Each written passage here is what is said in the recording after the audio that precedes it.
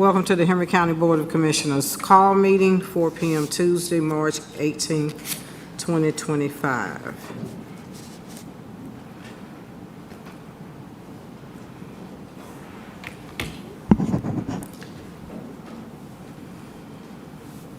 Henry County Code of Conduct during public meetings, section 2.2-128. Stephanie, do you have a copy of that?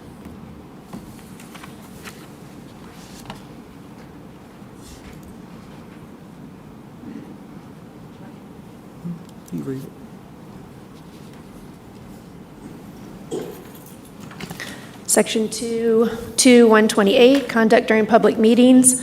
During the public portion of the public meetings and public hearings, members of the Board of Commissioners shall not speak without first being recognized by the chair, interrupt anyone who has the floor, use profanity during the public meeting, refuse to yield the floor or to argue with the chair if he or she ruled out of order by the chair, make disparaging remarks about another's character during the public portion of any meeting, represent their personal opinion and beliefs as the position of the board as a whole, refuse to recognize the validity of the actions approved by a majority vote of the board, and lastly, divulge the subject matter of any confidential matter, legal advice, legal strategy, or content of discussions held during executive session.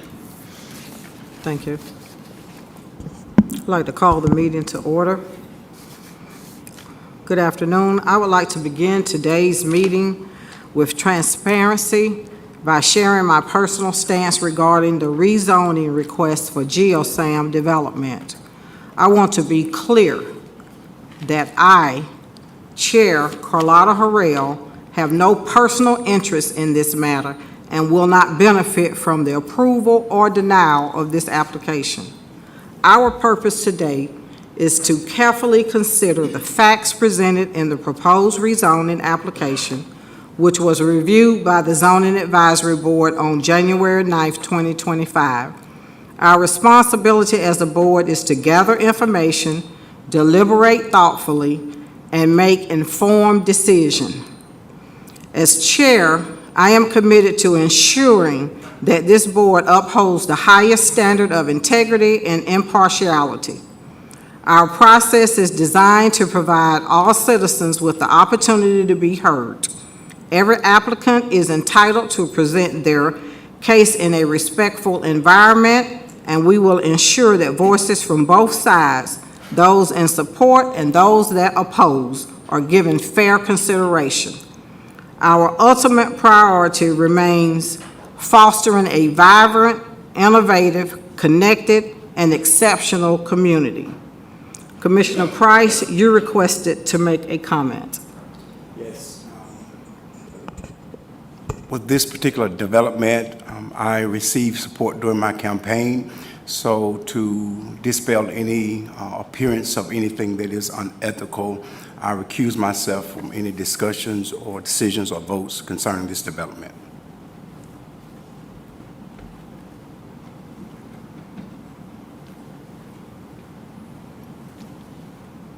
Any other comments from the board? I have a comment. So if that's the case, I think it would be fair for any other commissioner that have received any campaign contributions from this organization to recuse themselves as well. County Attorney, can you read what our charter says? Yes, Madam Chair. Per our ordinance, the ethics ordinance, the conflict of interest, a county official may not participate in a vote or a decision on a matter affecting the official personally, an immediate family member, or any person, entity, or property in which the official has a substantial interest. And in our code, substantial interest means a substantial financial interest. So that does not include campaign contributions. Per our code, it states that any substantial interest can be whether a direct benefit is reached by you or your family, any person or their family members, whether a person has a contractual relationship that receives any payment or benefit, including employment, whether the entity or the official member has immediate family members that are shareholders, as well as whether there's an immediate family member or the official is a creditor, debtor, or grantor of any person who's applying for any action from the commission. Thank you.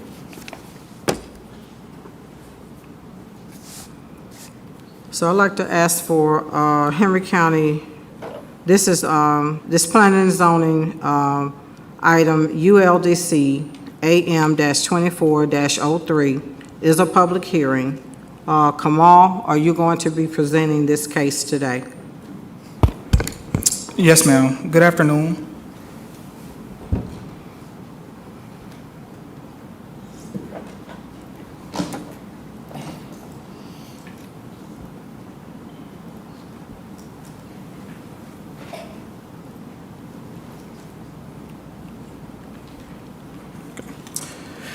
Good afternoon, Chair, Vice Chair, board members, and citizens of Henry County.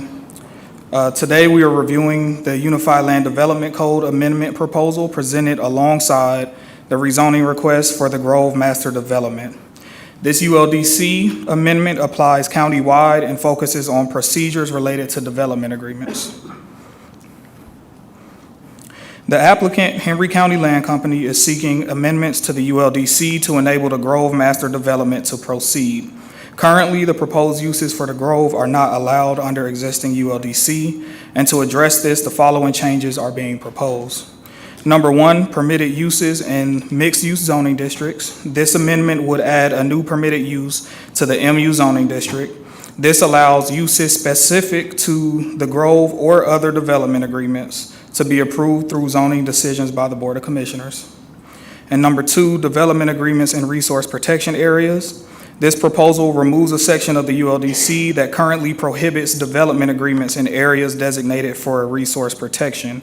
Specifically, portions of the Grove located within the Shoal Creek Watershed Protection District, including areas with water quality critical boundaries that would qualify for development agreements.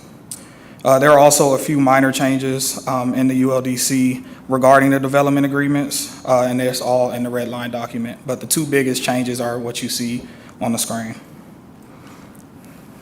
So broadly, the Grove Master Development Plan project involves three different zoning procedures. The first is the Unified Land Development Code, which basically allows development agreements within resource protection areas. Number two is RZ 2427, rezoning the property from RA, R3, RM, C2, and C3 to one zoning district of mixed use. And number three, a development agreement. And due to the scale of the development, the applicant is proposing a 40-year development agreement, and this agreement would take precedent over existing ULDC and govern development specifics. While this request would best be handled through a development agreement, it is important to note that someone could still develop the property with a simple rezoning that doesn't include a development agreement. However, in that case, the developer would be held to the standards within our current ULDC, which does not offer much flexibility or creativity and is outdated for current day planning standards. The development agreement allows for a more tailored approach that fits scale and vision of the Grove, offering more flexibility for both the applicant and the county. Additionally, these changes do not take away any authority from either the Clayton County or Henry County water authorities, and both water authorities retain their rights and responsibilities. It's also worth mentioning that Lake Talmadge is the only reservoir in the county that is owned by Clayton County. This makes it unique as it is also the only reservoir that has a higher density allowance per the future land use map. The higher density allowance is important as it aligns with the goals of the proposed mixed-use development for the Grove. Additionally, the Tussahaw or Watermark Plant Development, which was rezoned in 2006, is the only other reservoir in Henry County that has a plant development or mixed-use zoning entitlement. These changes are essential for the development of the Grove and its master plan as presented by the applicant, and the development includes a mix of residential, commercial, and civic spaces, and the ULDC amendments are necessary to facilitate specific land uses. Staff also notes that the proposed amendments align with future recommendations for the ULDC rewrite, which is expected to be finalized by the end of summer 2025. Based on evaluation, staff recommends approval of the proposed amendments to the ULDC as outlined in ULDC AM 2403 report, and also in your exhibit books in the red line. And the specific sections to be amended include Section 2.03.02, residential land uses in base zoning districts, Section 2.3.3, non-residential land uses in base zoning districts, Section 2.03.04, accessory land uses in base zoning districts, and Section 12.02.14, requirements for development agreements.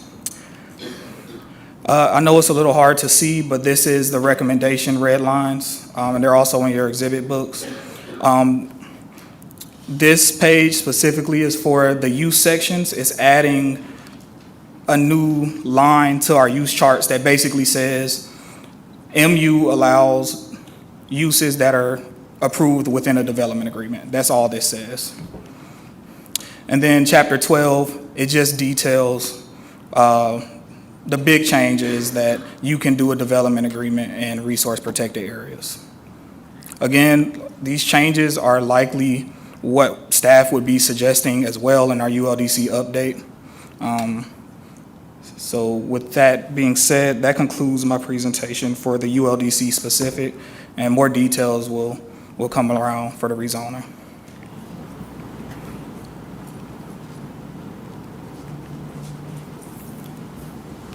Okay, we'll reserve questions at the end. Stephanie, can you start the clock?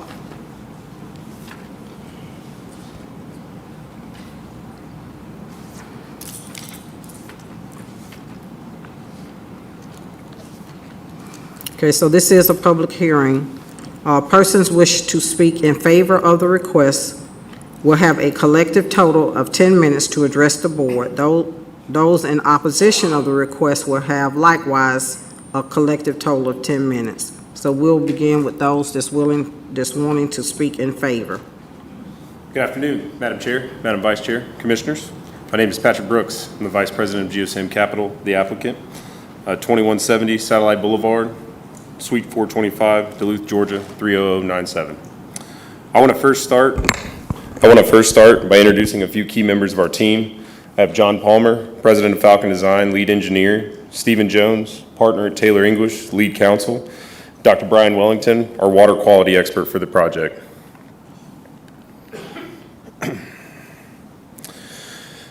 I think Kamau hit the nail on the head with the importance of a master plan community being governed by a development agreement. They provide protections and guidelines to ensure the quality of development is preserved over the life cycle of the development. We've also gone above and beyond the standards that are in your existing ULDC after working with all of these departments, and then also going through the DRI state-run process with DCA, ARC, Georgia DOT, and Greta. The agreement that was in front of you was crafted by all the departments listed on this screen.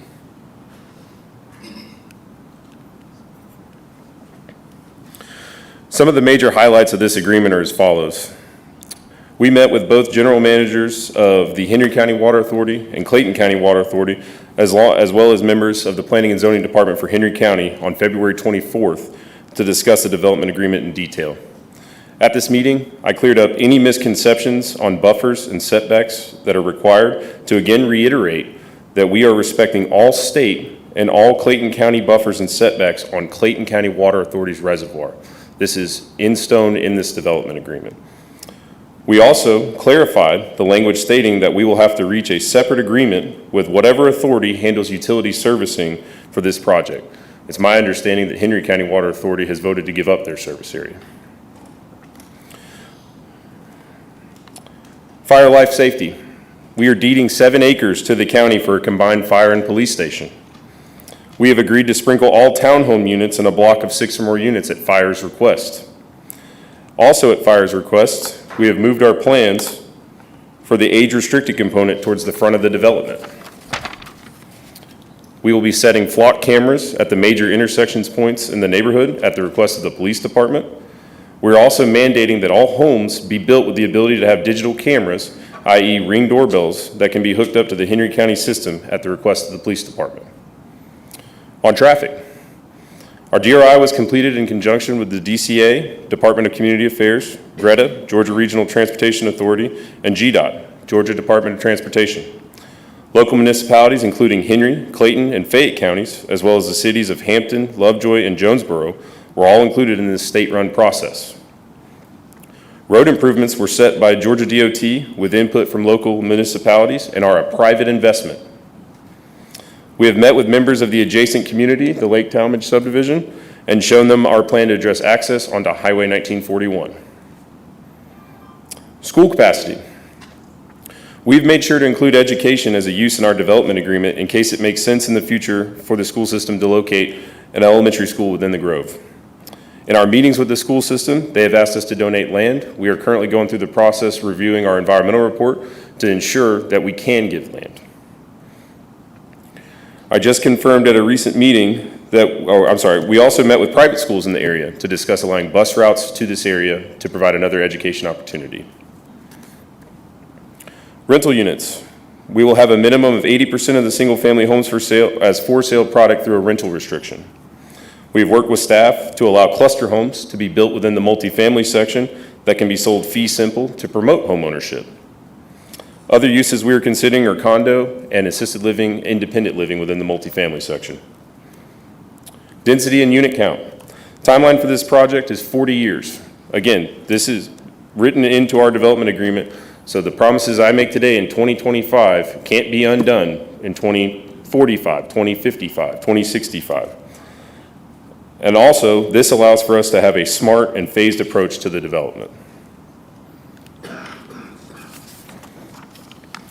All of our conversations and all of these items that I've listed before you today in the last 3 years have led us to the project that I'm proud to announce, The Grove.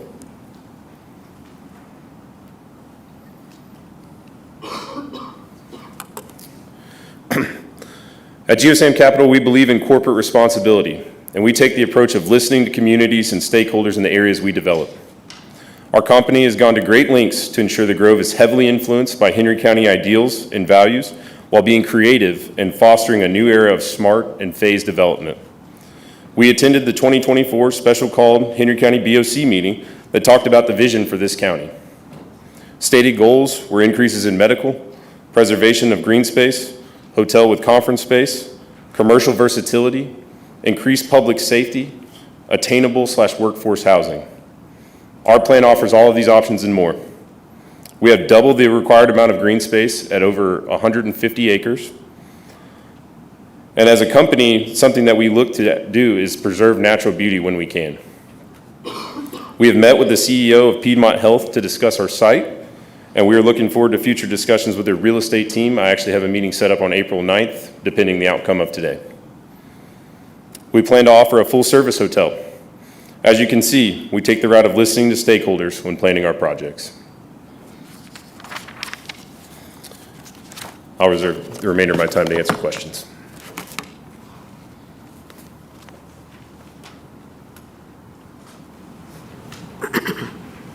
Okay, Stephanie, can you restart the clock?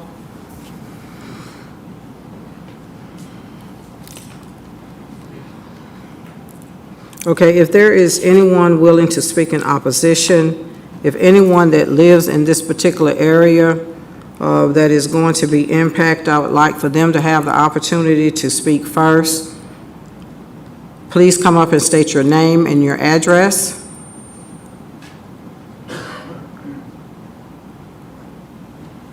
Good afternoon. My name's Carlton Grant. I live on 30 North Drive, and I'll be directly impacted by this development and many others in that subdivision called Lake Talmadge.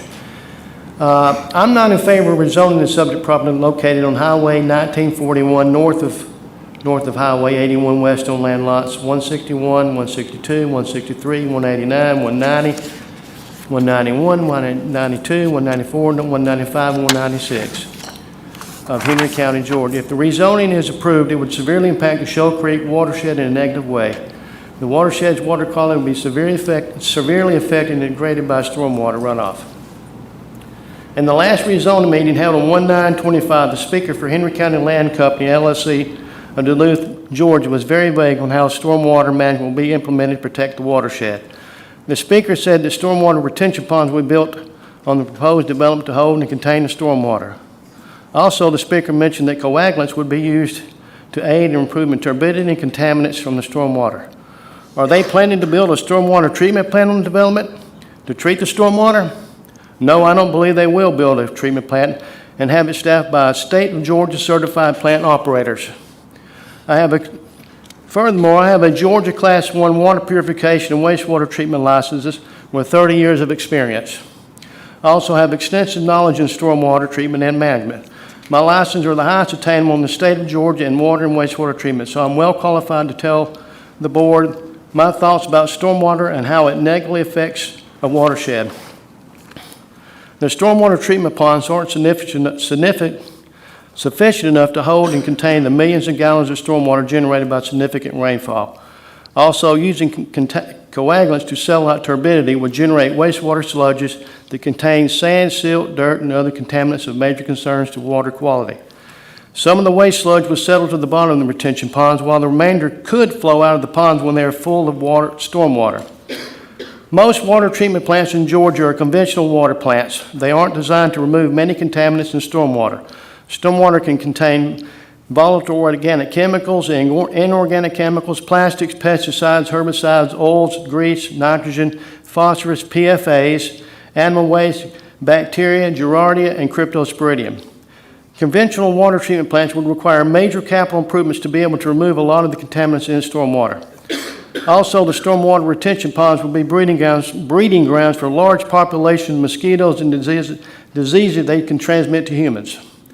Moreover, the Speaker of Henry County Land Management LLC of Duluth couldn't even get the pronouns correct to differentiate between Lake Talmadge and Shoal Creek Reservoir. They're two different bodies of water that he mentioned on January 9, 2025. Lake Talmadge and Shoal Creek Reservoir are not one and the same. Those are two bodies of water separated by an earthen dam. Also, they are mentioned in an emergency exit for the citizens who would live on the proposed development. The Speaker stated that the emergency exit would be built on Circle Drive in Lake Talmadge subdivision. Circle Drive doesn't even butt up to the proposed development. I believe they are planning to use North Drive as an emergency exit instead. North Drive is a very narrow road. Presently, it's very difficult for even the mailman and school bus, garbage man, and citizens of Lake Talmadge to pass one another on such a narrow road. Also, Lake Talmadge Dam is an earthen dam with a narrow one-lane road. It wasn't designed to accommodate large amounts of cars and traffic to cross over the dam from an emergency exit. The citizens of Lake Talmadge would fight the land developers tooth and nail in a court of law to stop the emergency exit in the Lake Talmadge subdivision, period. Moreover, Henry County sent out surveyors to North Drive and Lake Talmadge to assess what may be stormwater piping installation work. The survey stakes are very close to septic tank drain fields in our front yards where the stormwater pipe would be laid. This could negatively affect our septic tank drain fields in a big way and could possibly cause septic tank sewage to get into the stormwater and cause cesspools in our front yards. Finally, it is absolutely unacceptable to build a development in the middle of a watershed. Even if all the homes were built on 1 acre lots, it would still mean building over 1,200 homes, which would still greatly affect the watershed. Also, Lake Talmadge subdivision will be affected the most by this development. Lake Talmadge will bear the brunt the most from the stormwater runoff. It would fill the lake up with more sediment and contaminants, causing great harm to the aquatic environment that live in the lake. Also, Lake Talmadge is composed of mostly elderly retired citizens that wouldn't have the financial means to dredge the lake and remove large amounts of sediment. Dredging a body of water is a very expensive process to undertake. So I asked the zoning advisory board and the Board of Commissioners, is it more important to save a watershed and its water quality to restore it by allowing this misguided development to move forward? One of the biggest obstacles mankind faces in the 21st century is the availability of good water resources to provide water for agriculture and propagation, recreational purposes, and drinking water for our citizens. It is imperative that we be good stewards of our non-infinite water supply means, acting responsibly to protect and sustainably manage our resources, ensuring they are available for future generations while benefiting people and the environment. There are many other places to add more development in Henry County, such as I-75, Georgia 20, I-75, Jonesboro Road, I-75 and Jolico Road, and Tanger Outlet in 75. that aren't located within a watershed environment. Those areas would be much more suitable for future development. If Henry County Land Company LLC wants to do the right thing, donate the land located in the district of Henry County, Georgia, then it can be forever a green zone with hiking trails and a small picnic area by Shoal Creek Reservoir to be enjoyed by the citizens of Henry County.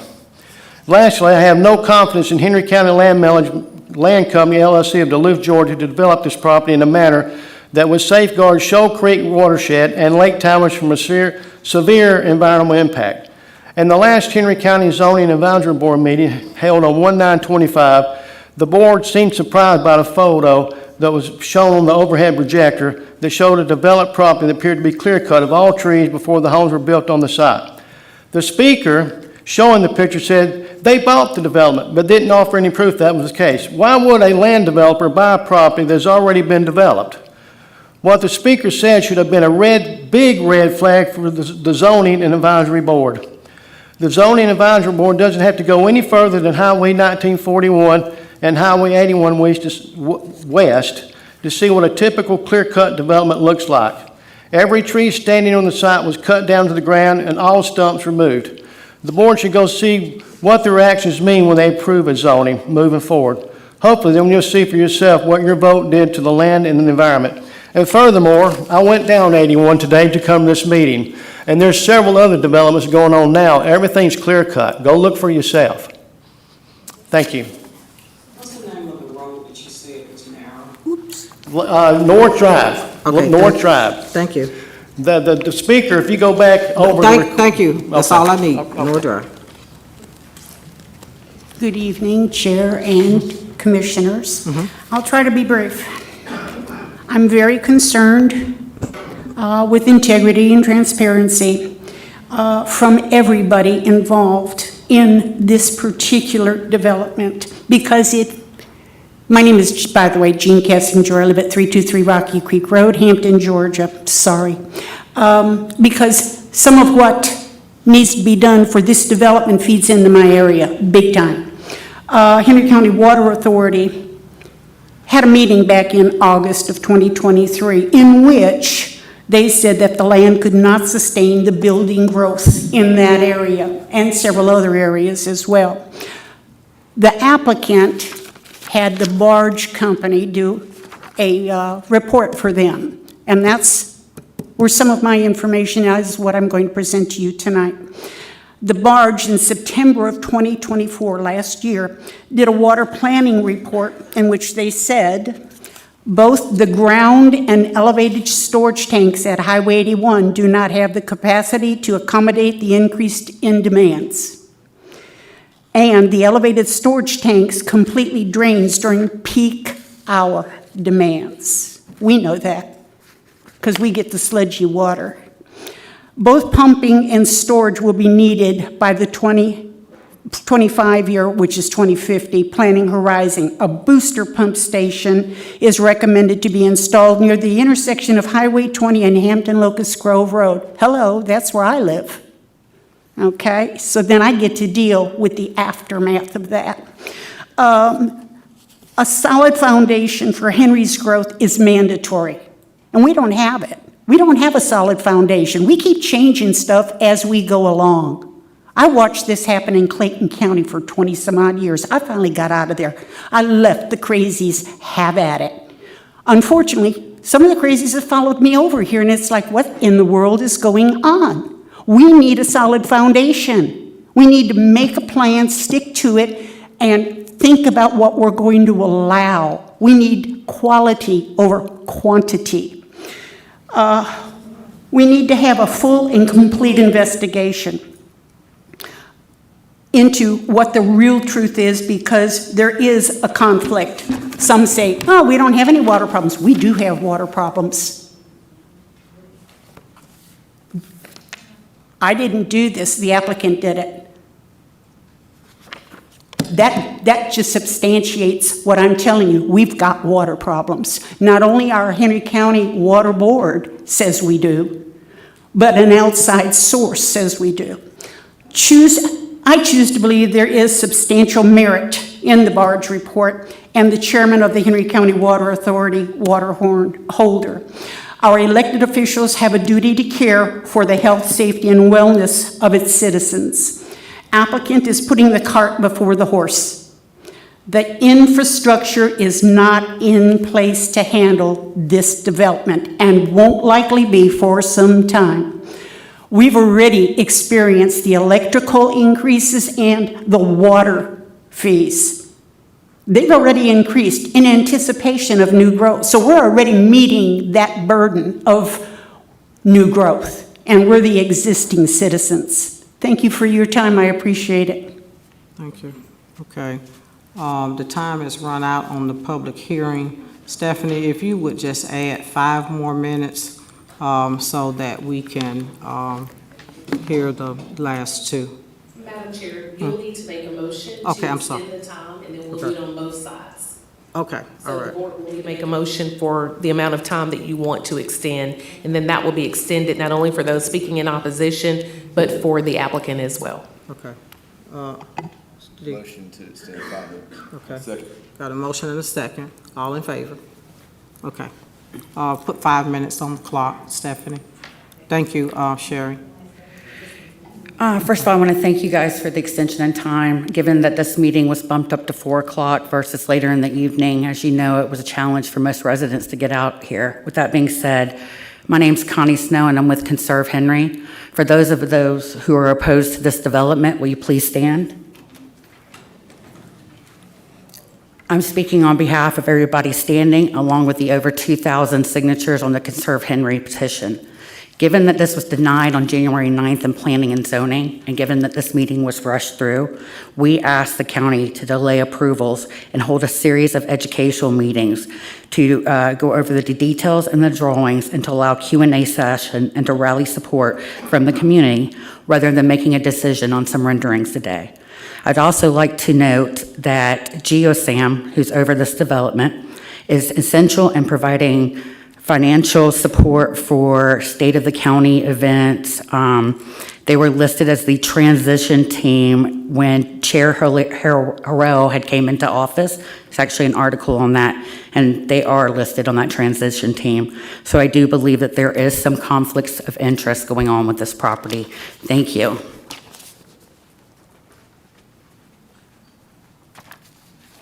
Greetings, Board. Angie Collins, Crystal Lake Golf and Country Club.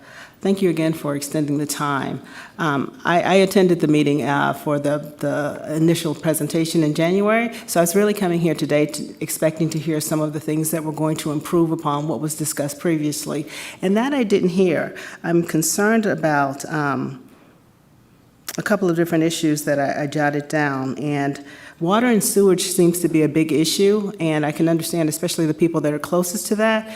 It wasn't clear to me if they are going to be paying for everything in order to make this property suitable for the residents around it.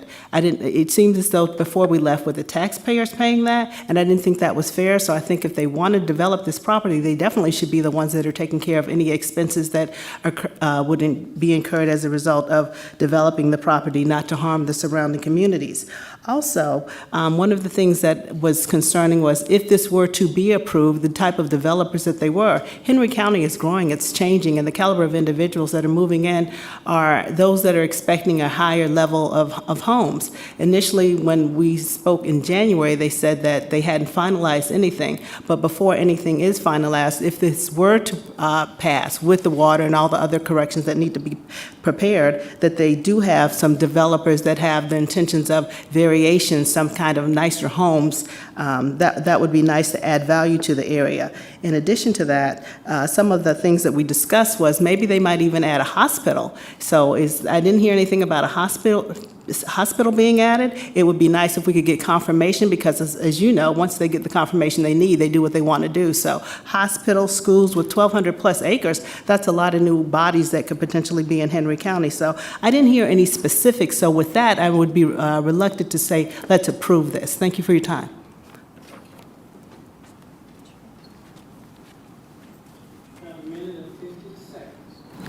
Hey, my name is Brenda Martin. I represent over 10,500 petitioners, 1.2 thousand active members of a community committed to protecting the Tawalaga watershed. The High Falls Tawa-Laga Watershed Alliance is a nonprofit organization started in 2004. The Grove development will have a direct impact that begins along the headwaters of the Tawa-Laga River, but that impact will continue for over 50 miles all the way to Juliet, Georgia, where it joins the Ocmulgee River. According to a recent estimate by the Nature Conservancy, for every inch of rainfall, a single acre of impervious surface can create 27,150 gallons of runoff. It's estimated that the rapid growth in Henry County, just in the area between Highway 155 and Locust Grove, has converted over 15,000 acres of agricultural and wooded areas into impervious surfaces. This equates to over 407 million gallons of stormwater that can easily overwhelm all well-intended efforts to build systems to contain and control it. Unpaved ground absorbs rainfall, allowing water to soak naturally into the soil where it is filtered of pollutants and gradually makes its way to aquifers.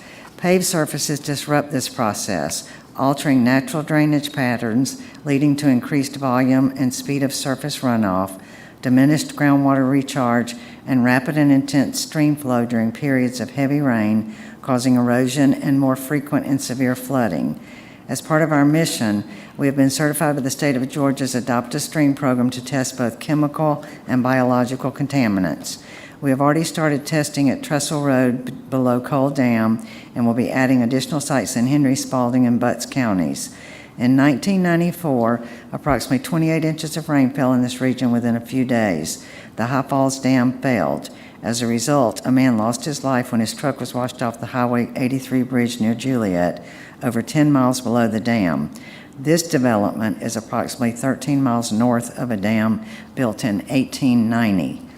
We cannot stress enough our concern, as well as our desire to work with you to minimize the impact of this development on our watershed, especially the increased flood risk on the citizens downstream. Just think how close Hurricane Helene came to impacting our community. So, with that in mind, please think about our watershed and the potential severe consequences of your decision.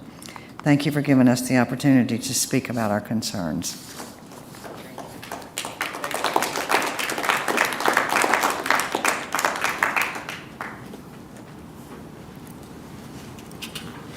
Did GeoSam want to come back and take an additional 5 minutes?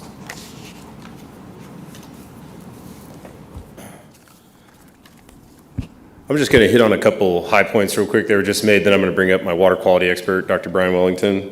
There is no conflict of interest. I want to go back to what I said about corporate responsibility and wanting to be good neighbors in the communities we develop. We were also the diamond level sponsor for the 4th of July event last year, platinum level sponsors for Trunk or Treat, platinum level sponsors for the Christmas event last year. I handed out gifts to needy kids in Henry County personally last year. I think that's a vital financial resource as well. So we don't appreciate and we won't stand for any suggestions of conflicts of interest.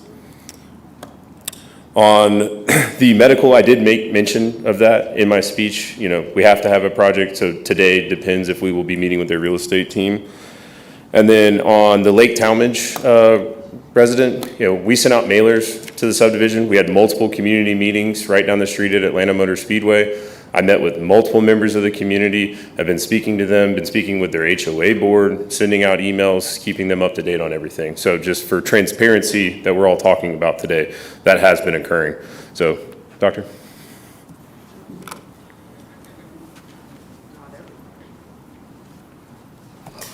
Good afternoon, Madam Chairman and Vice Chair. My name is Dr. Brian Wellington. Address is 1349 West Peachtree Street, Atlanta, Georgia. I'll just talk briefly about the water quality. I know that that's an important topic for everybody here today. And one of the things, I've worked in this area for a pretty long time, over 20 plus years. And in terms of the water quality impacts that should be expected, as we all know, as we should know, water quality will be controlled on the site by means of what are called best management practices. The Georgia EPD has a manual out that has prescribed controls that should be used for development sites. GeoSam has is not only willing to apply those best management practices, but they're also willing to go above and beyond those practices to use the best available technology. For instance, there are things that we use that would actually allow those water to be controlled on the site. Somebody mentioned runoff into the streams. Well, we have systems that allow the water to be infiltrated into the ground, and whilst doing that, remove any pollutants or sediments from the water before it enters the reservoir. In that way, it will control the water quality. We also have water quality plans for post-development, where we would have things like commercial controls like crystal streams, which basically are systems that capture all the silt and grit before they get into the stream channel themselves. In that way, controlling the water quality. Somebody mentioned coagulants. Yes, we will be using coagulants. The coagulants basically are going to be used to create clumps of sediment that would drop within the water at the detention basins. They will not leave the site because they're heavy, and that's what the coagulants will be used for. So I think that we will be designing systems that will be protective of the water quality of the reservoir and areas downstream. Thank you. And just one more thing to mention about water quality. Again, this owner of this reservoir is the Clayton County Water Authority. We actively discussed this project with them. They're more than likely going to be the utility provider for this project. They're not here to speak against us today because of the transparency of us working with them, respecting their buffers, and they have every right to be here, and they're not here today to fight against this zoning. So I think that speaks to our honesty and our transparency when we work on projects as well. Thank you.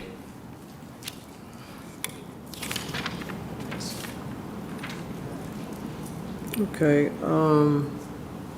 Commissioner Lewis, this is in your district, so, Yeah, so right now we're just addressing the ULDC. okay. Correct? Yeah. So just one thing I like about this just amendment to the code is, and I just want to explain it to the public. So we're doing this ULDC amendment so that we can actually have a development agreement. We're doing this because we need to do this prior to the ULDC update. So our ULDC right now is in the process of being updated. So we want extra protection prior to the ULDC being updated. So that's what this is about. So, you know, I just want that, make that clarification. So last year, the board voted to do a ULDC update for a number of reasons. One, to give us greater protections as citizens. Number two, to give us more creativity as far as the types of development we allow in the county. A lot of our ordinances haven't been updated since 2009, and then there are a lot more that are on the books that are probably about 50 or 60 years old. So they don't really match the type of developments that we have going on in the county and basically in the entire metro region. So with that, I do move that we approve. And just to let you know, this is just for the ULDC amendment. There will be another presentation. And I know Ms. Collins, some of your questions will be answered in the second part of the presentation. This portion is just for the ULDC amendment, and I do move to approve the amendment. Okay, so you got a motion to approve the ULDC amendment, okay. Is there a second? Second, the ULDC amendment. Okay, so this is just the ULDC amendment, so got a first and a second. Are there any questions from the board? I do have a question. Okay, Commissioner Wilson. So the changing of ULDC for this, is it benefiting the county and the citizens, or is it benefiting the developer? Okay, one thing that we're not going to have is outbursts in here. I will have you removed, okay? We're going to be civil and respectful to one another. You've had the opportunity to speak, so let us run the meeting with respect, okay? And the reason I ask this, because there's a development coming close to the Tussall Reservoir that could be affected by this change. So I want to make sure if we change in ULDC, it's to tighten the restrictions of around the reservoir, not given more areas to where developers can take advantage of it? Yes, sir. So to answer your question, I think it benefits both. The original ULDC amendment they brought us had way more changes. This is actually staff's version of the ULDC that they brought to us. They wanted to scratch a lot more things out of the ULDC, and staff worked with the developer to get a plan that was a little more equitable for everyone. Now, as far as what this does, and I'll reiterate what I said before in my speech, they can rezone this property without the development agreement. They may not get all of that, what they want, but what they will likely, what they could get is a rezoning that we've done 1,000,000 times over. So having this development agreement, being able to go into resource protection areas, just gives staff and the county a little more creativity and flexibility when it comes to the development agreement, which has more teeth than our ordinance right now. So with our ULDC around the Clayton County Reservoir, how does that work? So, and we'll dig into this a little bit during the rezoning portion, but the Clayton County Water Authority and the Henry County Water Authority, when we had a meeting with them, we assured them and made edits to the development agreement that we'll talk about, that they have to go and do their own development agreement and service agreement with both of those entities that has nothing to do with what planning and zoning is doing. This is just a way to facilitate a development agreement so that we can do a more holistic project. And frankly, zoning is just in the way right now. It still has to go to both of those boards for approval. So with this ULDC change, it could affect every reservoir, which is in District 1. It could affect any development, big development around those, correct? Yes, sir, that's correct. Okay, that's all I have. Any other questions from the board? Go Commissioner Robinson. 2 mics, I apologize. So basically, by doing so, you're saying this will protect for future or any development in this location? Well, yes. So it gives the board authority to go into a development agreement, which can give you more teeth and more flexibility. That's all this does. Did that answer your question? Yes, because Yes, I just ma'am. want to clarify, any development? Yes, ma'am. Okay. Any other questions? Hearing none, we have a motion and a second. All those in favor, raise your hand. Those that are opposed, motion carries. Next item on the agenda is RZ 24-27. This is a public hearing. Good evening again, afternoon. Sorry, Chair, Vice Chair, Board members, and citizens of Henry County. Now we're going to discuss the rezoning request for the Grove Development submitted by Henry County Land Company, LLC of Duluth, Georgia. The applicant is requesting a rezoning from RA, Residential Agricultural, R3, Single Family Residential, RM, Multifamily Residential, C2, General Commercial, and C3, Highway Commercial, to one single zoning mixed use for approximately 1,277.62 plus or minus acres located on Highway 1941 north of Highway 81 west. You'll see the property on the overhead, and it's north of the Lake Talmadge, right at the Clayton County, Henry County border. The proposed development, there's some zoning history with the development. It's a bit complicated. Currently, the property is zoned RA, R3, RM, C2, and C3. Back in 2017, part of the property was rezoned for the Talmadge Farms development, which included both residential and commercial uses. In addition, the 2040 comprehensive plan initially designated the property as rural residential, but this was updated as a part of the mega site project for a higher density mixed-use development of 16 units to the acre net. This again was updated in the 2045 comprehensive plan at staff's request to lower the density from 16 units to the acre down to 8 units to the acre. The proposed development is aligned with the low-density mixed-use future land use map designation.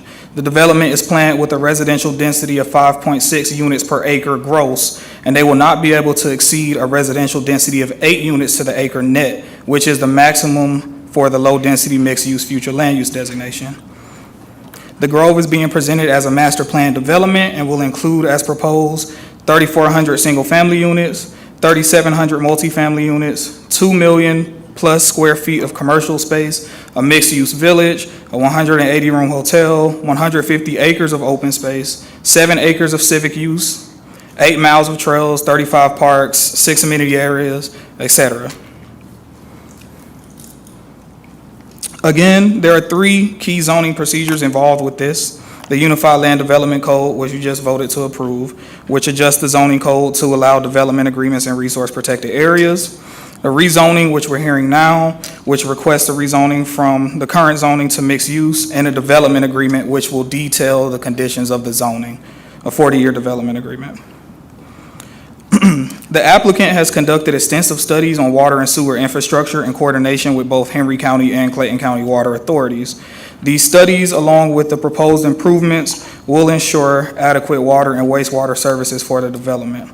On the morning of February 24th, a meeting was held with Clayton County and Henry County water authorities, along with planning and zoning staff and the applicant. During that meeting, it was determined that separate development and service agreements would be necessary to develop with both authorities once the zoning entitlement, if it is approved. Additionally, it was decided to adjust the development agreement to make it clear that the Board of Commissioners agreement does not take away any rights from either water authority. The issue at hand is zoning entitlement, which is currently the barrier to moving the project forward. The development was also reviewed as a Development of Regional Impact, or DRI, by the Atlanta Regional Commission, and the traffic impact study has been completed to determine the necessary road improvements to support this project, which would be funded and built by the developer. The development is also projected to estimate over 5,000 new students at full potential build-out over a 40-year span. Discussions are ongoing with the Henry County Board of Education regarding the potential for a new school district or schools, and the development as existing schools serving the area will likely need additional classrooms to accommodate the growth. The applicant has worked closely with various departments, including Fire, Police, the Department of Transportation, GDOT, and Henry County DOT, Parks and Recreation, Stormwater Management, the county attorneys, and more to address all potential impacts. Their feedback has been incorporated into the development agreement. Additionally, any development standards, regulations, and details not explicitly stated in the agreement will be subject to enforcement under applicable county and state codes as they evolve. Staff did send out requests for feedback from all commissioners prior to this meeting, and all questions were answered and input was received for those that responded. Staff acknowledges that while the development agreement has been meticulously worked on since late 2022, it is likely that some further changes may be necessary based on feedback from the board tonight, feedback and requests from the board tonight.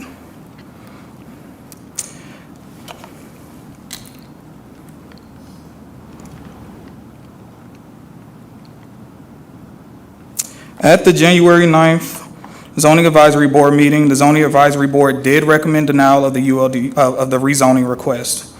Based on extensive input and comprehensive planning involved in this proposal, staff recommends approval of the rezoning request, subject to the conditions outlined in the Regional Master Plan Development Agreement for the Grove. As this agreement is currently in draft form, it will require further review and final approval by the board before execution. Any additional conditions or decisions made tonight will be incorporated into the updated development agreement for future consideration, and that concludes my presentation. Thank you.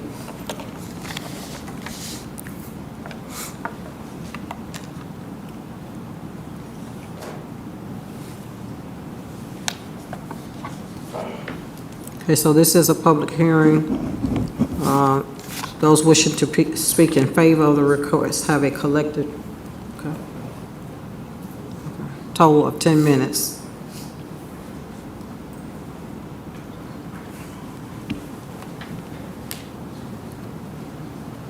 Good afternoon again, Madam Chairman, Madam Vice Chair and Commissioners, I'm Patrick Brooks, 2170 Satellite Boulevard, Duluth, Georgia.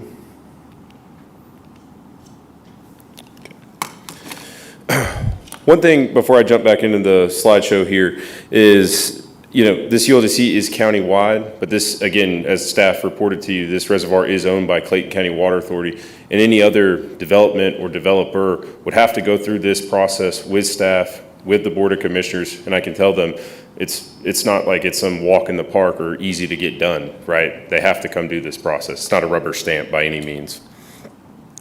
So, our vision for the Grove is simple and supported by a robust development. We want to provide a full life cycle community that offers attainable housing from a resident's first home to their dream home. Encourage connectivity through our trail system, an active and passive green space. Provide a village center that will become an entertainment hub for not just the Grove, but for all of Henry County. Invite commercial versatility and attract economic drivers/job creators. And continuously work with the county throughout our build-out timeline with a smart, phased development to limit strain on existing infrastructure. When thinking about the financial impacts of a development, you must also think about the impact of a community. Land is a finite resource. A properly planned and phased mixed-use development helps a municipality obtain smart development and growth, helps them grow their tax base, and provide the community with desirable amenities. Our consultant, KB Advisory Group, has put together the projections of our economic impact at full build-out. As you can see, there are immediate and long-term impacts through fees, household spending increases, and future job creation. This type of development helps promote the halo effect, or lifting up the surrounding area for economic growth. This will pair well with the airport area master plan and the county's future growth plans.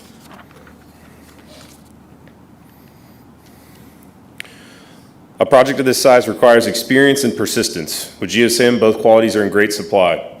We have over 40 years of experience. We are family-owned and operated, and we've developed over 5,000 lots in Georgia across 90 communities. As Henry County loves its natural history, we believe in being good stewards of the land that we develop. Our project provides over double the required amount of green space for a minimum total of 150 acres. We have over 6 miles of undisturbed shoreline. We're going to provide 35 pocket parks that are connected by 8 miles of trails to allow community to interact in the provided green space. The pocket parks and amenity areas will be done in conjunction with the Henry County Parks and Rec Master Plan and their standards and specifications for these amenity areas. We've been actively discussing our project with the Clayton County Water Authority, who owns the reservoir on our southern border.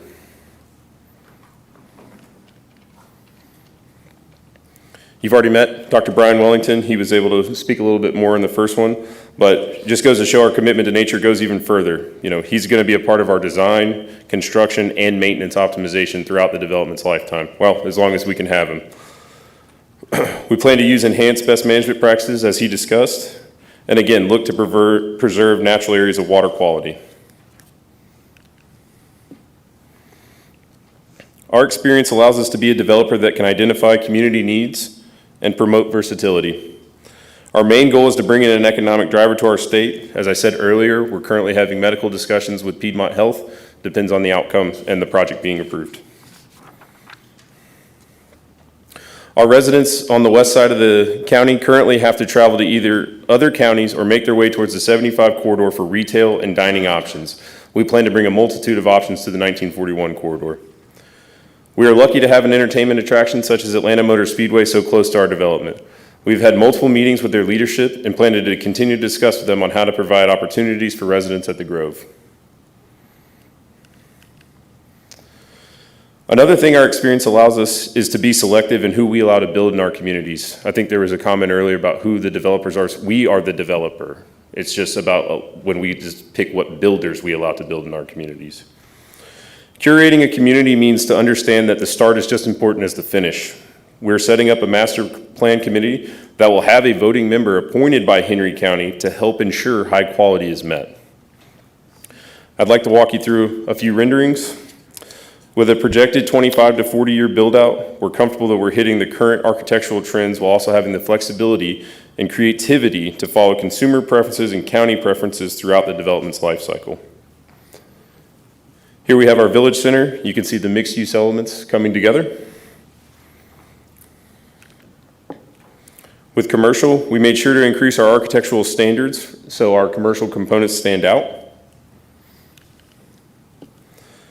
Our multifamily section also displays versatility as we plan to offer other choices besides 3- and 4-story buildings, as discussed earlier. We believe there's not enough age-restricted options in Henry County, and we look forward to helping serve this need. And again, we're setting a high standard in architectural design, but we are ready to adjust as necessary throughout the timeline. I'll reserve the rest of my time.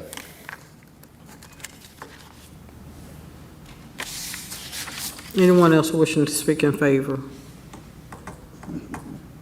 Okay, Stephanie, restart the clock, please. Anyone wishing to speak in opposition? Please state your name and address. My name is Tammy Barton. I reside at 330 South Drive at Lake Talmadge, and I just want to highlight some of our concerns. I have attended the meetings that they've held with the community. They have been transparent. But as they said earlier, our lane, the streets in our neighborhood are very narrow. You cannot pass a school bus. We have to go into someone's yard when a school bus is coming. And when we sit there and we talk about the water, I understand all of that, but my main concern is about the Georgia DOT has rejected any further widening of 1941.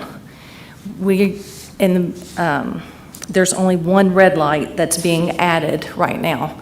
I work in Atlanta. Trying to get out of our subdivision already is a problem. You're going to add 7,000 more units. How many people per unit with all of those vehicles with only one red light? That needs to be addressed. When there's any issues with the lake, there was some development across the street. They did not do proper fencing, and we had issues with erosion, things coming into the lake. We, as the residents of the lake, had to come in together and pay to have riprap put at the dam to protect it. And it's a major concern for us.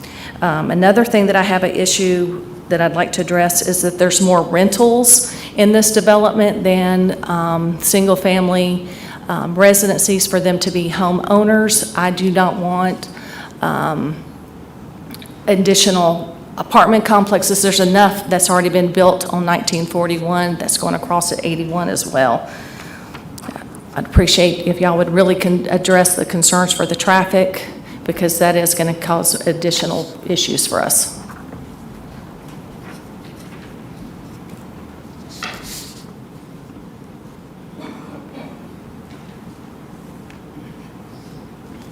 Hi, Connie Snow, 426 Chase Marion Way, and I'm with Conserve Henry. I'm going to bring up a couple of things. This is in a water critical area. There is a barge water feasibility letter that is in this applicant's documents. It clearly defines that by doing this, it's going to cause grave damage to our water in regards to our capacity, drinking water, and stormwater.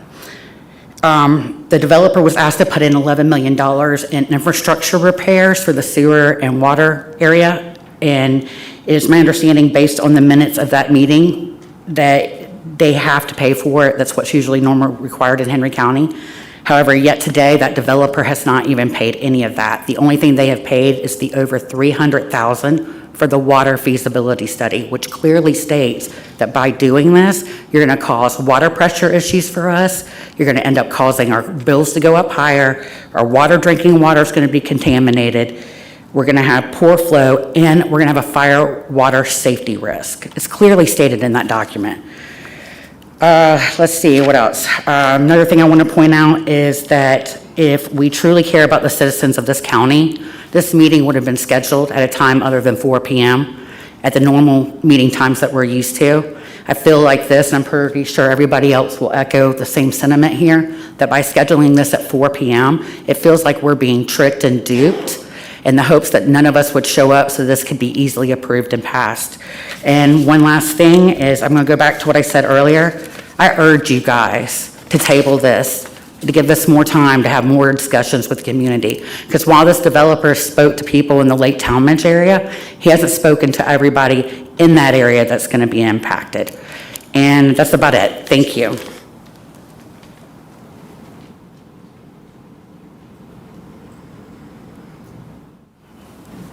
Dominique Jones, 416 Payne. I agree with Connie.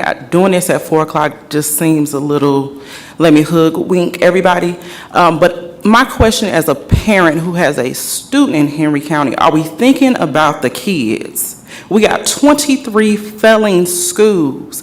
I can go through my emails right now and show the amount of times that my daughter's bus has been late, getting her to school after 9 o'clock. So now we're going to add this massive project which brings other students, and Henry County cannot service properly the students that we have. Yet I don't know if he is a parent, but to say that we're going to partner with private schools does nothing, because I don't know if he's seen the tuition for private schools. No matter the home prices, everybody may not be able to afford that. Adding one additional elementary school, how the kids gonna get to school? Henry County cannot get the kids to school that we already have. So now we're gonna add 1,000 plus more children to that? Please, don't let this go through.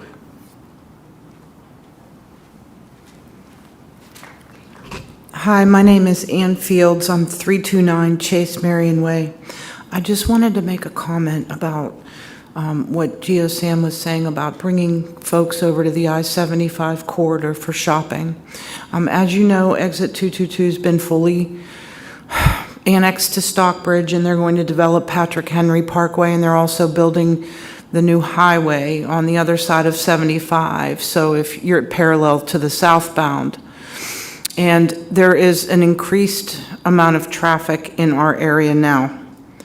So having a discussion or set of discussions, day, evening, weekend discussions, to present this plan and have more community discussion and input surrounding something that is this large, I would highly encourage that, because there are a lot of people that are going to be impacted by a development, even if it is sitting in Hampton. And I'm very specifically thinking about the traffic on Jonesboro. It takes 20 minutes to go from the new Publix down to Sam's Club, sometimes longer. That's an awful long time to be sitting on Jonesboro Road in traffic at rush hour. We are the butt of jokes online now from comedians about Jonesboro Road traffic, and we're waiting for the infrastructure improvements. So there are some community concerns we feel that you guys would benefit from hearing and weighing before you would vote this in. Thank you.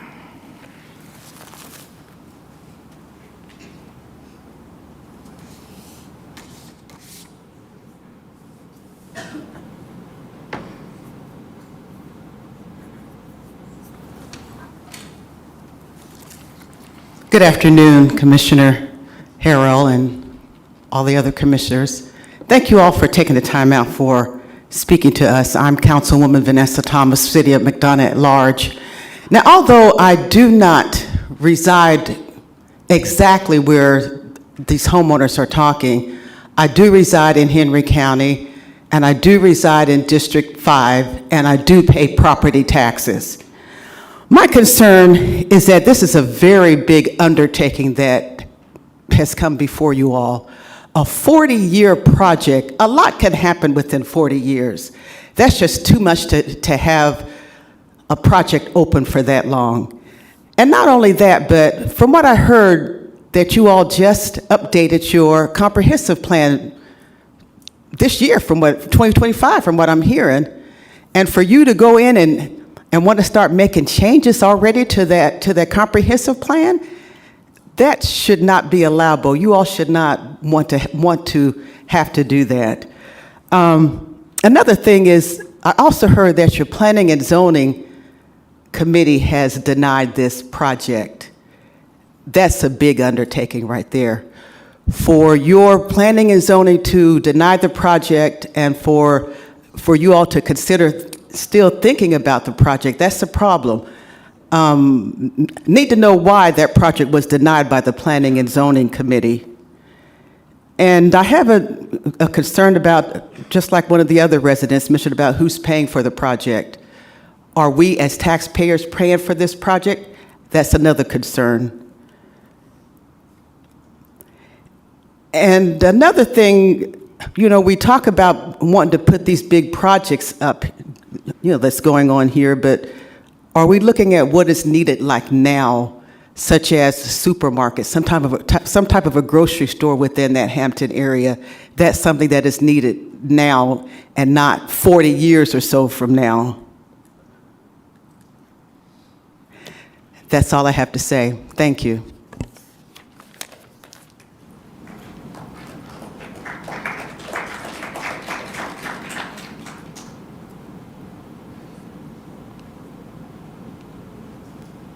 You have 30 seconds.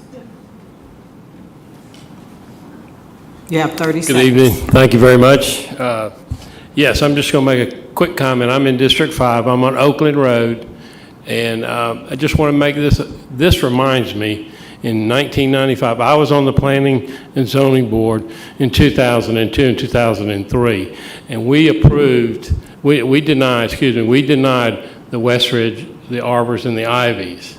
You see all the problems that the board had, the Board of Commissioners, and y'all done a wonderful job handling all these. However, we're still behind, and it's not the county's fault. It happens to be the state problem, because they do not do what they say they're going to do. They do it 30 years later.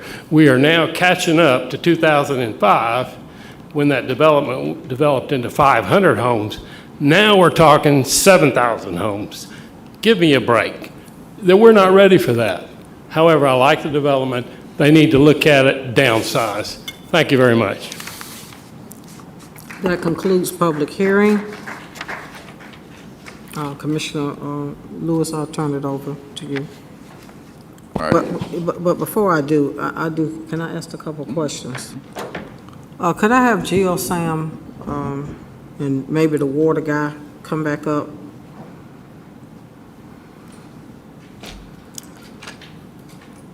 So I've heard a lot about who's paying for it. So I guess we're talking about water, sewage, infrastructure within this development. So can you kind of give me a summary of what that looks like? Yeah, so this is private investment, right? So you do the DRI, that's a state-run process, either Georgia Regional Transportation Authority or GDOT, depending on who's the authority over the road system, sets out the improvements you have to make. In this case, widen a lane on 1941 up to Lovejoy Road, add in a lighted traffic intersection, add in R cuts, add in further median cuts. That is on us as the developer to pursue our project. Okay, so hold up. So you're saying that your traffic impact study said that you had to widen, do an extra lane on 1941, traffic signals, and what else? R cuts. Okay. You have to pay for that infrastructure, not the taxpayers. Private investment. Okay. And then with regards to, it was a lot of talk about stormwater runoff, watershed, the impact that it would have. Can you talk a little bit about what you all going to do? Because there seems to be a great concern for Lake Talmadge and the impact that it's going to have at Lake Talmadge. So can you kind of talk a little bit about that? You did a water feasibility study, correct? Definitely. So the feasibility study that keeps getting mentioned in this meeting is the barge feasibility study, and that was done by Henry County Water Authority. The Hazen and Sawyer study was the one performed by Clayton County Water Authority, whose buffers and restrictions meet what we're showing on our plans. And all of our BMPs, I'll let Brian speak to it more, we're following what they do to protect their own reservoirs in their own county and their own watersheds. So that's what I'll say to that. And those improvements are also private investment. And so do you have a dollar amount yet of what that might look like? Yeah, the feasibility study came back at $130 million for sewer, and then for water, it was 51. And Henry County Water Authorities aren't worth mentioning because they were too expensive, so. Okay. Did you want him to clarify Yeah, further on the if he VMPs? could clarify a little bit, because I heard a couple of residents talk about Lake Talmadge, and so what impact would the development have on Lake Talmadge? Okay, so they're talking about two different things. Talking about stormwater, which is in terms, I believe, they might think about flooding or impacts to the dam itself. Well, when a development is done, you're required to do what is called a hydrology study that basically takes your development, puts it in the watershed, and try to determine how the water from your site would change after development and whether it will impact your dams or your reservoir. And if there's going to be an impact, you have to design controls on your property to protect the reservoir or the dam. And this will be done. And therefore, there will be no impacts to the lake that will be negative. So what is the timeline on this development? Like, what are we looking at from, like, is this going to be done in phases, or? Yes, ma'am. I want to say one more thing about Lake Talmadge real quick, subdivision. The emergency access will be gated with a Knox box gate. That's for emergency access only to use. It's not like an open access point. And then to your question about phases, yes, ma'am. Again, this is a 40-year timeline that's in the development agreement. This cannot and will not happen overnight. We're looking, it's taken us 3 years to even get to this point on just the zoning part of it. We have plenty of more design, engineering, and permitting to do to even consider moving forward with construction. A lot of people talk about clear cutting. We can't go out there and clear cut 1,200, almost 1,300 acres at one time. It's not something we can do. State law prevents us from doing that. So that's what I'd say about phasing. So in the phase process of it, or the timeline of it, do you have like different phases that you're doing first as opposed to others, or? Yes, ma'am. Yeah, our current plan is to come in off the main boulevard, which will be the lighted intersection that was noted earlier, and come back to this age-restricted active adult community right here, this first peninsula. So we're going to push out any effects to the school system further while we continue to work with the school system. We don't want to be a burden during that process. And then above it, we will have some of the other residentials that will come after that. Our hopes are that at that point, we will have enough rooftops that we can attract the type of quality commercial components that we want to have in our project.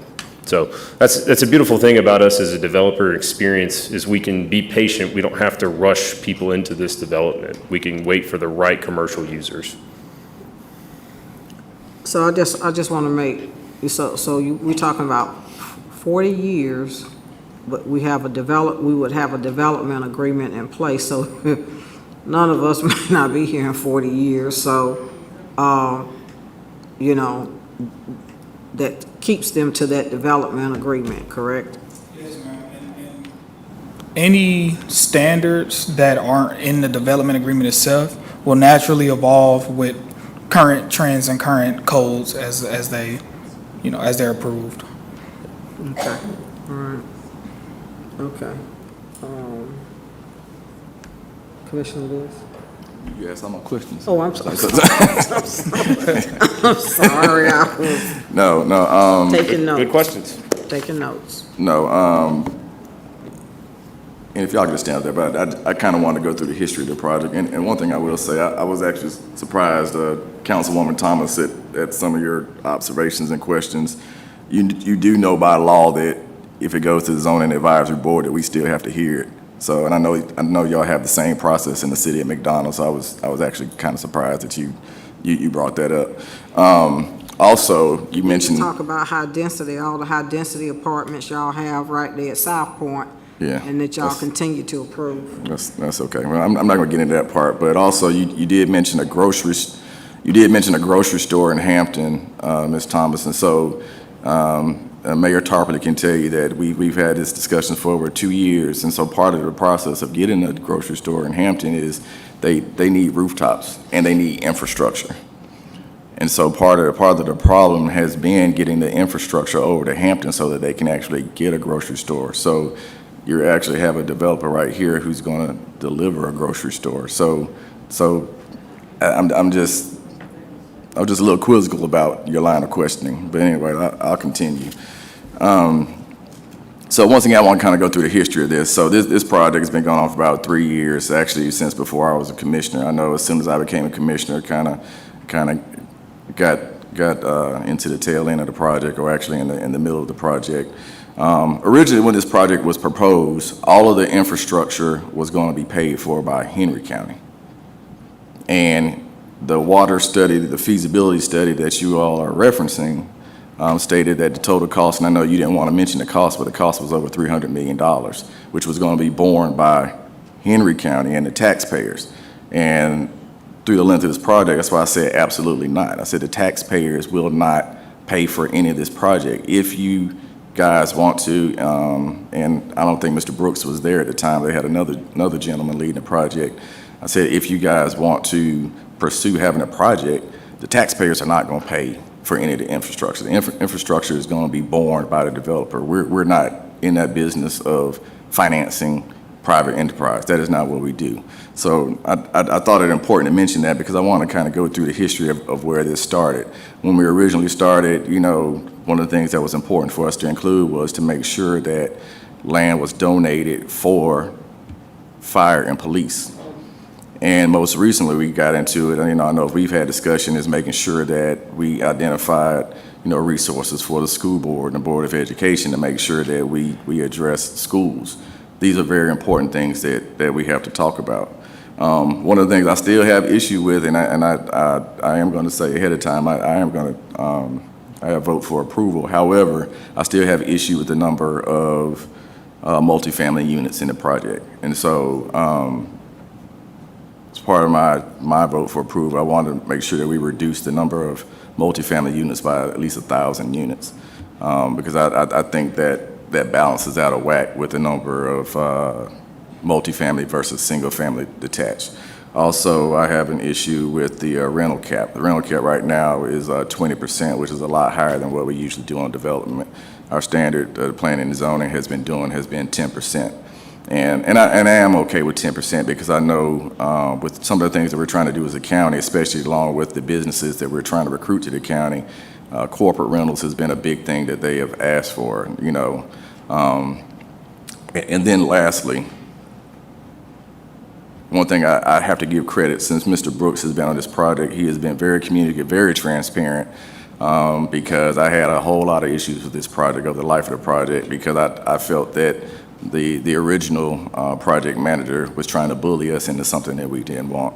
So I will have to give you kudos for actually being transparent and actually working and actually listening to what we were trying to do. And the last big piece, and the piece that actually made me support this project over all that other stuff, is the commercial piece. Originally, the commercial piece was slated to be movie studios. That's what the applicant wanted. So probably about 6 months ago, I asked the applicant, I said, hey, what we really need in Henry County is a new medical facility. That's what we need. Piedmont Henry is overburdened right now, and it's not of any fault of their own. It's just that Piedmont Henry is now servicing about 5 or 6 counties. It was built for Henry County, but now we're servicing Clayton County, DeKalb County, Butts County, Spalding County, Fulton County. All these people are coming to Piedmont Henry. So I said, to me, what the citizens of Henry County really are in desperate need of is another medical facility. So I want to give you credit because you reached out to the CEO of Piedmont Henry, and we have had preliminary talks already, and even to the point that if this project is approved, then Piedmont system is going to sit down with us to possibly try to bring another hospital to Henry County. That is huge. That is huge. There is nothing else in the works in Henry County right now to bring another hospital to this county. This is huge. Because right now, anybody, if you're coming from Locust Grove, if you're coming from the west side of Henry County, you have to cut across all this traffic to get over to Stockbridge, to go to Piedmont Henry, and then fight all the other ambulances. If you're ever at the hospital and you go look at the emergency room bay, you see all the ambulances, and only a few of them are actually from Henry County. They're from all the other counties that surround us. So to have a project, and like I said, this is what really got me to the point where I would voted to approve of this project, was the possibility, and the very distinct possibility, that we can get a hospital out of this deal. So with that being said, I know that I will have some comments from some of my colleagues, and I will yield the floor to them. Madam Chair, I'll leave it up to you. Okay. Commissioner Wilson. Several things. When y'all submitted your application for rezoning, you submitted 550 some odd pages of documents. Within them documents, there's 25 pages of development agreement. County Manager, have you read through the development agreement?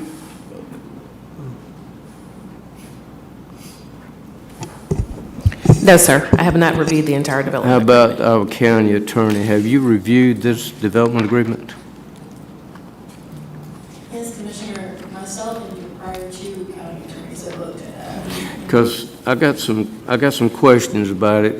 There's, on page 14, there's a clause right there, item I. It says, "The grove shall be exempt from the following design, development, and use standards." Then it lists a lot of standards, and one of those standards says, of the ULDC stream buffer protection. Right? Then it goes on to say that no buffers around any wetlands. You shall be, so it says there shall be no buffers around the wetlands.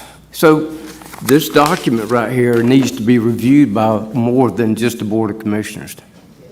There's a lot of language in this 25-page document that I think is going to give y'all a lot of leeway in a 40-year development. Now, that being said, another thing that concerns me is the county services. Now, if you start this project and there's residents that live in this project, then there's a downfall. Our public safety, along with other county services, have to service that area. Who's paying for that? It will be our current taxpayers. We will be paying for the services rendered to this development till you're complete. You said it's going to take you 40 years. So within all your documents you submitted, you also submitted campaign disclosure forms. Some from 2022, then there was 3 commissioners that were mentioned, and there was 2024, and there was 1 commissioner, and are those updated? Those were submitted before we made our campaign contributions to Commissioner Price, who obviously refused. So I'm saying they're not updated. I wasn't asked to Okay, update so them. they're not on you, they're not Okay. in your paperwork. Sure. So there's a lot of concerns about this master development agreement. What you can and can't do and what you shall be exempt from. So this is something I think needs to be tabled till we can figure out everything that you're asking and what you shouldn't get and what you should get. Because 542 pages of documents and we received this on Thursday. That's a lot of documents to go through. Now, some of them are just quoting codes and stuff, but that's a lot of reviewing. And it takes a lot of time to go through and call out the things that we think that you're not eligible for. But I really think there's a lot of workshops that need to be done where we're exactly clear what we're fixing to give you the ability to do in a development agreement. That's just my thoughts.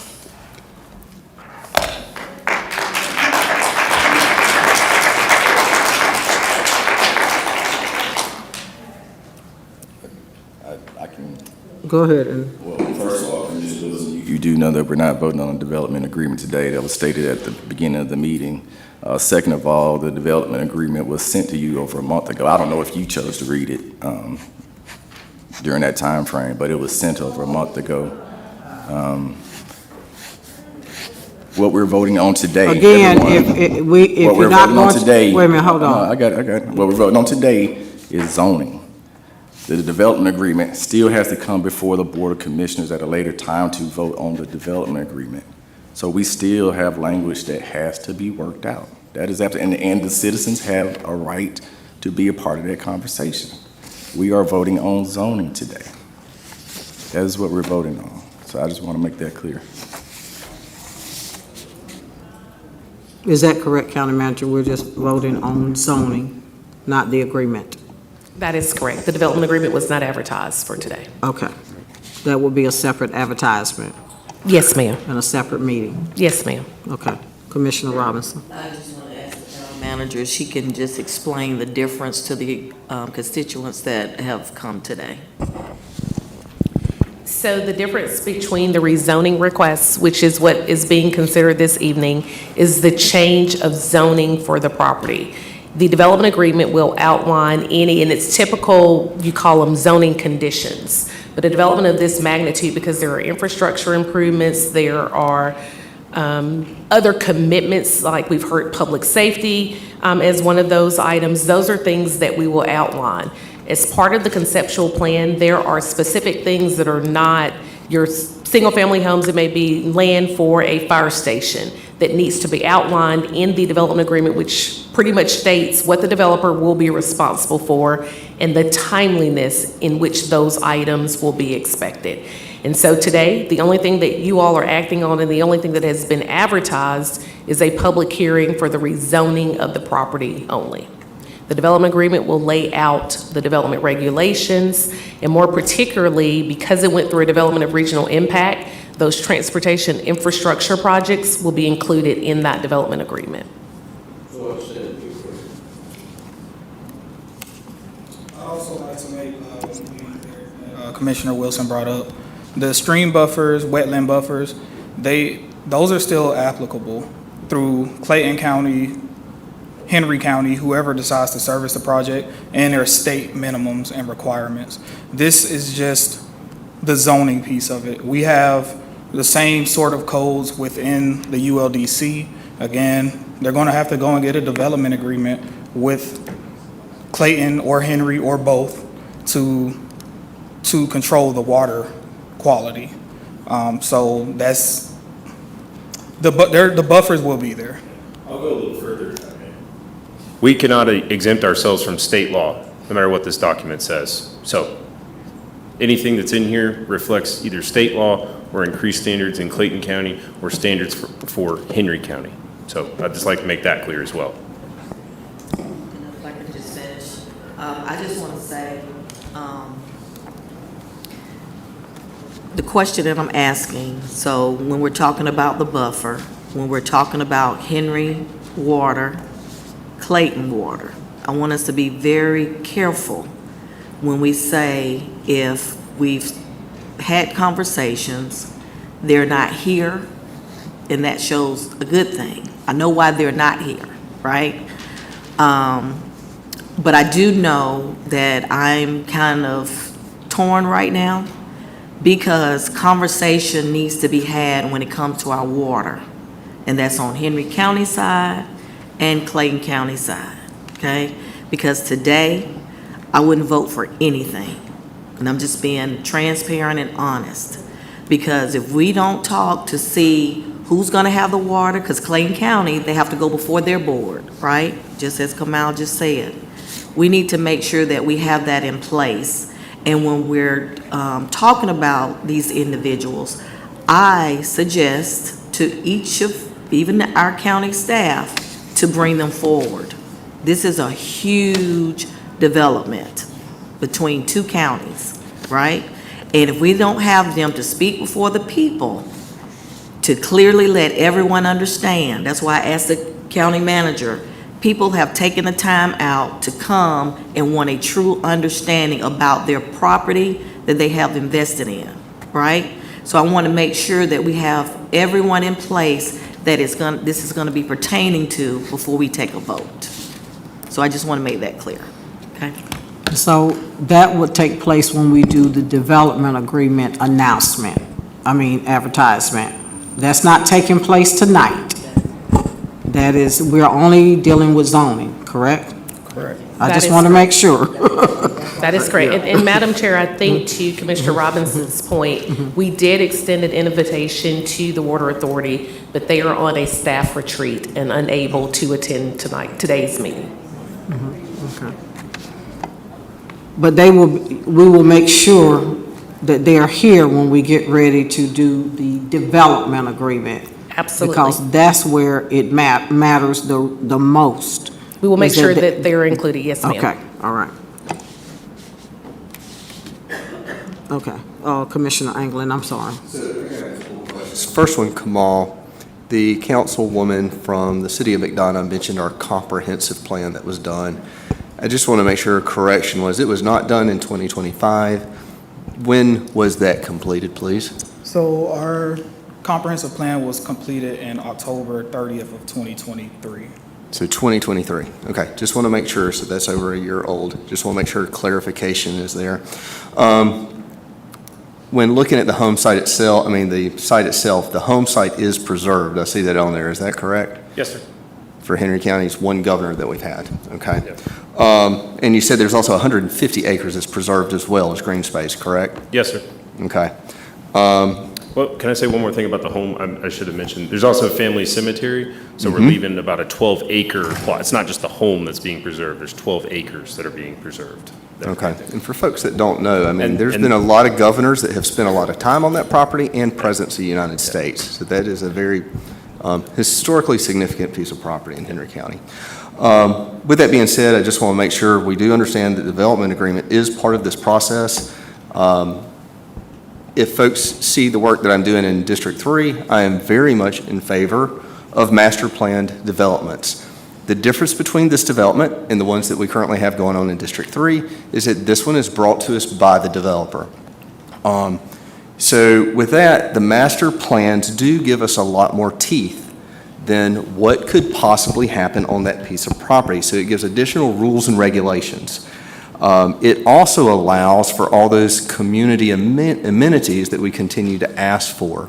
In this case, the developer is having to provide that. It is not coming from the county. So the difference between the ones that I'm working on in District 3 and this one is the county is going to be held responsible for those in the master plan along with the developer. So there will be some shared expense there as that one takes place. So the developer's paying for these amenities that we have here. With that, we all talk about wanting to better control and plan the future of this county. Master plans allow us to do that. This is a 40-year plan. The plans that I'm doing are also 40 years. You're correct, a lot's going to change in 40 years. And if it's the 40 years I've been here, there's going to be a lot more growth. And that's because there's a lot of available land in Henry County. And unfortunately, families are selling their farms. And I don't have any control over that. I wish I did because I like cows. I think I like cows a lot more than people a lot of times. And especially in my district and growing up here my entire life. So I am very much in favor of master plans because it gives us the control. It helps us give folks what they have asked for certain amenities in those areas over a long period of time, and it helps us also better plan the infrastructure. So I want to say kudos to Kevin. This has been 3 years under work. Kudos to Patrick and y'all's group for working through this. I know it hasn't been 100% agreement. It's not supposed to. It's for what's better for the community as a whole as we are moving forward. My last comment, staff hears me say this all the time. No plan is a plan. It's just a failing one. And I do plans every day. That's all I do is manage money. So thank you for a plan. That's all my comments. Thank you, Commissioner. Yeah, and I do want to reiterate that last part, what Commissioner Anglin stated is about planning. This is a master plan development. This is not the piecemeal. A lot of times we gripe as commissioners talking to each other about the number of zoning items we get because it's just piecemeal. There's no plan. There's just, somebody sold their land over here, the developer bought it, and then a developer bought a piece of land a mile down the road, and there's nothing cohesive. And we by law, we have to deal with it. We have to talk to everybody, and we have to work through it. And we have to deal with their rights as property owners. State law protects property owners, and they have a lot of rights, and we have to deal with it. So what you've seen us do in the last probably, just over a year, you've seen 2 master plans for District 3. You've seen an airport master plan and a moratorium in District 5, which is just south of this project, and now you see this master plan. So frequently I get from residents, you all need to plan. Y'all don't plan anything. You don't plan anything. This is literally what we're trying to do, plan it so that we have the traffic infrastructure. The amount of money generated off of the impact fees for this one development will take care of the fire station, the police station, all the road improvements. This is an actual plan. So we are actively planning what is going to come in this area instead of just getting the piecemeal 250 houses here, 400 houses here, and nothing looks alike, and there's just no plan. I frequently get requests from residents. We want better retail. We want fine dining. We want all of these things, and people tell me, I like to visit Avalon. I like to visit Trilith. I like to visit these other areas. This is what this development is going to bring. It's going to bring those types of areas along with the commercial that people have been asking for. I get requests every single day about the types of commercial development that this development is going to bring. And I know going in, you can't make 100% of the people happy. It's just not possible. But when I get inundated with people saying, plan, we want you to plan. Commissioners, y'all need to do a better job of planning. So when we finally get to where somebody's actually willing to not only do a plan, but they're paying for it. We're not paying for it, they're paying for it. I in my mind, I'm like, this is what I will support. Like I said, I know some people will not be happy, and I understand that, and I'm okay with that. This is a tough job. It's a tough job, but we signed up for it. I'm okay with that. But this is actually giving us an opportunity to plan a huge tract of land that I think in the long run will be beneficial for the county. You're talking about 25 to 40 years to build. So basically, you're talking about building like one new neighborhood a year, which is, we do way more than that across the county. But we actually have say-so in how it's going to be planned, what it's going to look like, making sure that whichever water authority handles it, that they're going to give us the protections for our water. Frankly, maybe I shouldn't say it's like, I would be okay if Clayton County handled the water and sewer because it wouldn't take any of Henry County's water resources. We are a water-rich county. I know some people here, like to spread that, we're out of water in Henry County. We're not. We're one of the best water resource counties in the state of Georgia. But if we can protect it, hey, I'm all for that. So anyway, with that being said, like I said, I know everybody may not be happy with some of the things that are presented. Like I said, there are even things of this project I don't like. I think there's too much multifamily. I still want to bring that number of multifamily down. I want to bring that rental cap down. That rental cap needs to come down to 10%. But with that being said, I think we are putting ourselves in a good position to actually plan the growth that is coming to Henry County. We have 6 lanes coming through Clayton County coming up to this project. We need to make 1941 6 lanes on the Henry County side. But there are a lot of things that we have in place that are going to make us be able to do that, especially with the length of this project. So with that being said, I move to approve the rezoning with the conditions that the multifamily come down by 1,000 units and also that the rental cap go down to 10%. A motion and a second. All in favor? All opposed? Motion carries. Thank you. Thank you. Thank you all for your time. Meeting adjourned.